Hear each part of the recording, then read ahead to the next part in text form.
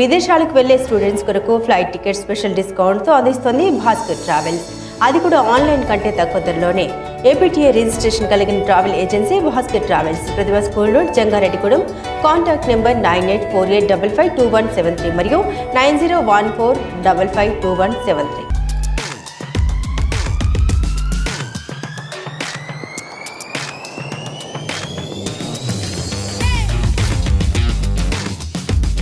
Simhadri mobile world మసీదు ఎదురుగా ఓసుబొమ్మ సెంటర్, జంగారెడ్డిగూడెం. Phone number 9912005889.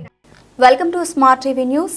మహిళలపై జరుగుతున్న హింస నిర్మూలన దినంగా నవంబర్ 25ను ఐక్యరాజ్య సమితి ప్రకటించినట్లు Pratibha English medium school principal Kasara Lakshmi Sarojareddy అన్నారు.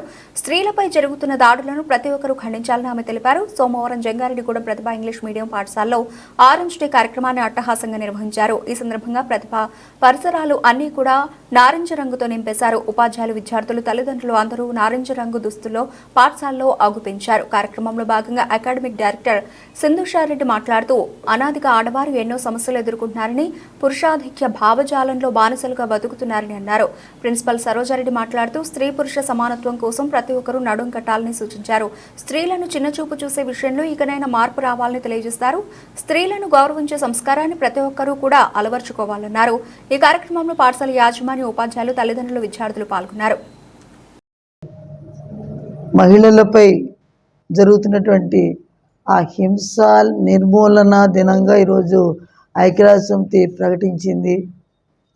మనకి బాగా తెలుసు, పసి పాపల దగ్గర నుంచి కూడా పండు ముసలి వాళ్ళ దగ్గరికి వరకు కూడా ఈ పురుషులు చేస్తున్నటువంటి అఘాయిత్యాలకి బలైపోతూనే ఉన్నారనేది ప్రతిరోజు న్యూస్లో చూస్తూనే ఉన్నాం. కాలం మారిపోయింది. అంటే ఇక్కడ స్త్రీల వల్ల బాధపడుతున్న పురుషులు కూడా ఉన్నారు కాదని నేను చెప్పను, కానీ అధిక శాతంలో ఉన్నది ఏంటంటే ఇంకా కూడా స్త్రీ బలవుతూనే ఉంది. ఎప్పుడో మనుధర్మ శాస్త్రం నుంచి ఇప్పుడు అక్కడ చెప్తారు నా స్త్రీ మా స్వాతంత్ర్యం అర్హతి అని చెప్పేసేసి, అది ఇంకా కూడా ఆ పురుషాధిక్య భావజాలం అనే దానిలో ఆ స్త్రీ ఒక సాలి పురుగుల ఆ గూడులో చిక్కుకొనే ఉందని చెప్పేసేసి మనం చెప్పుకోవాల్సిన పరిస్థితి ఈ రోజుకి ఉంది. ఎందుకంటే స్త్రీల మీద ఈ అఘాయిత్యాలు ఇవేవి లేకపోతే, సమానత్వం ఉంటే ఈరోజు అసలు ఇంకా ఇలాంటి రోజులు అనేవి జరుపుకోవాల్సినటువంటి అవసరం లేదు. ఇదేదో పెద్ద పండుగ కాదు, వేరే ఏం కాదు. ఒక్కసారి ఏంటంటే స్త్రీ బలాబలాలను తెలుసుకోవాల్సినటువంటి అవసరం ఉంది. వీళ్ళకి జరుగుతున్న అన్యాయాలు తెలుసుకోవాల్సినటువంటి అవసరం ఉంది. అదేవిధంగా స్త్రీలకి చాలా హక్కులు ఉన్నాయి. ఆ హక్కులన్నీ కూడా తెలుసుకోవాల్సినటువంటి అవసరం కూడా ప్రతి ఒక్కరికి అవేర్నెస్ కావాలి. ఇవి చాలామందికి తెలియని అజ్ఞానంలో ఉన్నారు. ఏదో తెలియదు, మనం ఏదో ఇంతే, మనం స్త్రీ అంటే ఇలాగే ఉండాలి అని చెప్పేసేసి ఉండిపోతూ ఉన్నారు. లేకపోతే ఇప్పుడు ఏం జరిగిందంటే, ఒకప్పుడు మనకి సతీ సహగమనం తెలుసు, ఆ తర్వాత బాల్య వివాహాలు తెలుసు, తర్వాత వచ్చేటప్పటికి చాలా మార్పు వచ్చింది. సంఘ సంస్కర్తలందరూ కూడా చాలా మార్పులు తీసుకొచ్చారు. స్త్రీలు కూడా చదువు కోసం బయటకు వస్తున్నారు, ఉద్యోగాలు చేస్తూ ఉన్నారు, అన్నింటా సమానంగా పురుషులతో పాటు ఎదుగుతూ ఉన్నారు. అంతవరకు చాలా బాగుందండి. కానీ ఇక్కడ ఎక్కడో తెలియదు. ఇప్పుడు ఏమవుతుందంటే, ఎక్కడైతే అణగదొక్కబడుతూ ఉన్నారో వాళ్ళు ఒక్కసారి కొంచెం లేచేటప్పటికి ఏం జరుగుతుందంటే, అవతల వాళ్ళ మీద కసి తీర్చుకోవాలన్న ఆలోచన ఇళ్ళలో మొదలవుతుంది. యాక్చువల్లీ ఈరోజు మనం మాట్లాడుకోకూడదని కొంతమంది స్త్రీల పరిస్థితి ఆ విధంగా కూడా ఉంది. ఈరోజు అది కూడా మనం అమ్మాయిలు మీరందరూ ఆలోచించుకోవాల్సినటువంటి అవసరం ఉంది. అదేవిధంగా స్త్రీలు ఎక్కడైనా సరే మన స్త్రీలం కాబట్టి, మన పరిస్థితి ఇంతే కాబట్టి మనం ఈ పురుషాధిక్యతను భరిస్తూనే ఉండాలి అని అనుకోవడం కాదు. అంటే వాళ్ళ మీద విజృంభించమని చెప్పండి, సమానత్వం కోసం ఎప్పుడు పోరాడండి.